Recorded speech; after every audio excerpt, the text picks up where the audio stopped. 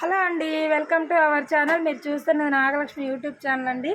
ముందుగా మీ అందరికీ హనుమాన్ జయంతి శుభాకాంక్షలు. ఇంకా మా ఊరి చివరన శ్రీ ప్రసన్నాంజనేయ స్వామి వారి దేవాలయం ఉందన్నమాట. చాలా చిన్నది, కానీ అక్కడ చక్కగా చాలా సాంప్రదాయబద్ధంగా చేస్తారు. ముఖ్యంగా ఇక్కడ ఉన్న ఈ ప్రసన్నాంజనేయ స్వామి అసలు మనం పిలిస్తే ఎమ్మటే ప్రసన్నం అయిపోతాడు, కోరికలన్నీ తీర్చుతాడు అని ఎప్పటి నుంచో అంటుంటారు. ఏదైనా సరే మంచి జరిగిద్ది అక్కడికి వెళ్తే అని. సో ఈరోజు హనుమాన్ జయంతి సందర్భంగా మేము ఇంకా పిల్లల్ని తీసుకొని వెళ్ళామన్నమాట. ఇంకా అంతా చక్కగా భక్తులు మాకంటే ముందుగానే చాలామంది ఉన్నారు అక్కడ. సో నేనే వెళ్ళేసరికి చాలా లేట్ అయిపోయింది. ఇంకా అక్కడ కాళ్ళు కడుక్కోవడానికి బోర్ అనేది ఉందన్నమాట. సో ఇంకా ముందుగా అక్కడ కాళ్ళు కడుక్కొని ప్రదక్షిణాలు చేద్దాంలే అని వెనక్కి వెళ్ళాను. ఇక ఏంటండి హనుమాన్ జయంతి శుభాకాంక్షలు మీరు ఎలా సెలబ్రేట్ చేసుకున్నారు ఒక కామెంట్ అయితే చేయండి తప్పకుండా. ఇంకా మా ఇద్దరు పిల్లలు, పెద్ద ఆవిడేమో వీడియో తీస్తూ ఉందన్నమాట. వీళ్ళు ఇక నా పక్కనే ఉంటుంటారు ఎంతసేపటికి.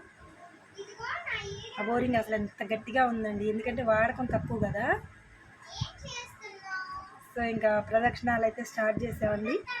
చాలా చిన్న గుడి అనమాట, కానీ చాలా అంటే చాలా అందంగా, ఊరు బయట కదా ప్రశాంతంగా ఉంటుందన్నమాట. చాలా చుట్టూ చెట్లు, పక్కన చెరువు, ఎంత బాగుంటుందో వాతావరణం. అక్కడ విపరీతమైన గాలి వస్తుంది. ఇంకా స్వామివారు అలా ఉంటారనమాట. ఈ ప్రసన్న ఆంజనేయ స్వామిని, ఇది ధ్వజస్తంభం కూడా నార్మల్గానే ఉందన్నమాట. అది హోమగుండం, హోమాలు కూడా చేస్తూ ఉంటారు అక్కడ.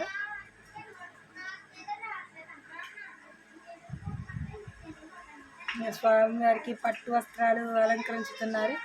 ఇంకా ఇక్కడ ఆఫ్ కనిపిస్తుంది కదా, అమ్మాయి వస్త్రాలు తెచ్చింది స్వామివారికి, పట్టు వస్త్రాలు.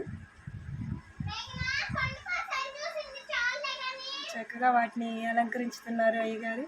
మా ఎంత బాగుంటుందో కదా స్వామివారికి పట్టు బట్టలు కట్టగానే ఎక్కడ లేని కళ వచ్చేస్తుంది. చాలా అంటే చాలా అందంగా అనిపిస్తుంది కదా. రెండు కన్నులు సరిపోవండి, అలా చూస్తూ ఉండిపోబుద్దైద్ది స్వామివారి అలంకరణ ఏదైనా చేస్తున్నారు అంటే.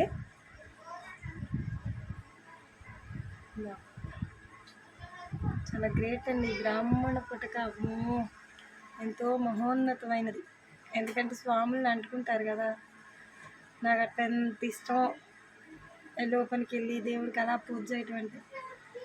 బట్ అందరికీ అవకాశం ఉండదు, ఓన్లీ బ్రాహ్మణులు మాత్రమే వెళ్ళగలరు. ఇంకా పంచ కట్టేశారు.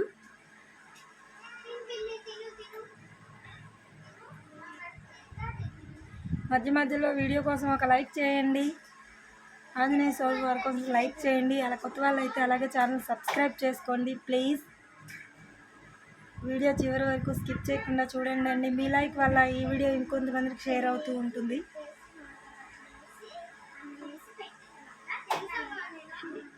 పై పంచువ వేశారు.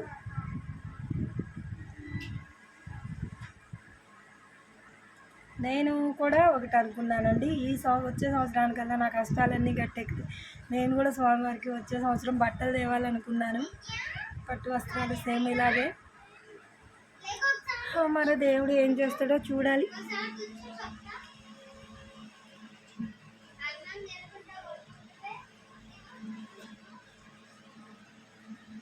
అయిపోయింది పై కండువ అంతా అలంకరణ అయిపోయింది. ఇప్పుడు పూల దండలు వేస్తారండి. అబ్బాబ్బా ఎంత కన్నుల పండుగగా ఉంది స్వామివారిని చూడటానికి, కళ్ళ నిండా. చూసారు కదా అదనమాట. సో గులాబీ పువ్వుల దండ కట్టించారు. ఇంకోటి బంతి పూలతో దండలు, మల్లెపూల దండలు అన్నీ కలిసి వేశారనమాట స్వామివారికి.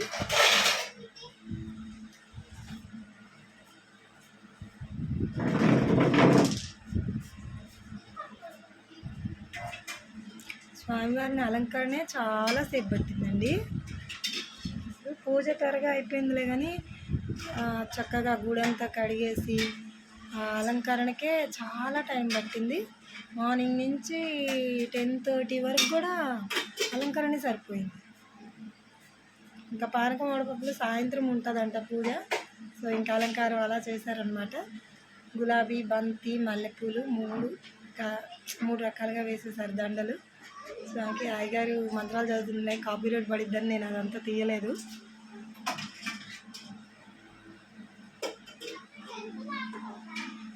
ఏంటో ఆ గుళ్ళు, ఆ మంత్రాలు, ఆ గుడి ప్రాంగణం ఎంతో మనశ్శాంతినిస్తుంది. గుడికి వెళ్తే ఇంట్లో ఎక్కడుంటుందండి ఆ మనశ్శాంతి? అస్సలు ఉండదు ఇంట్లో మనశ్శాంతి. గుళ్ళో ఎక్కలేని ప్రశాంతత వస్తుంది.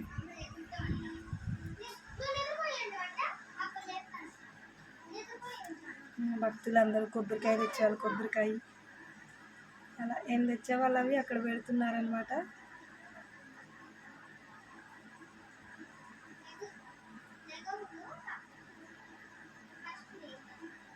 ఎంత నిండుగా ఉందో స్వామివారు అలంకరణ అయిపోయాక.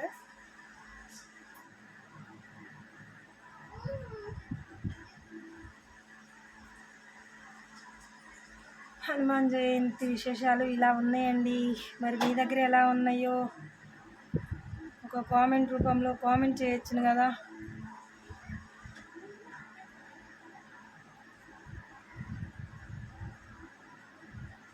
ఏమంటారు ఫ్రెండ్స్?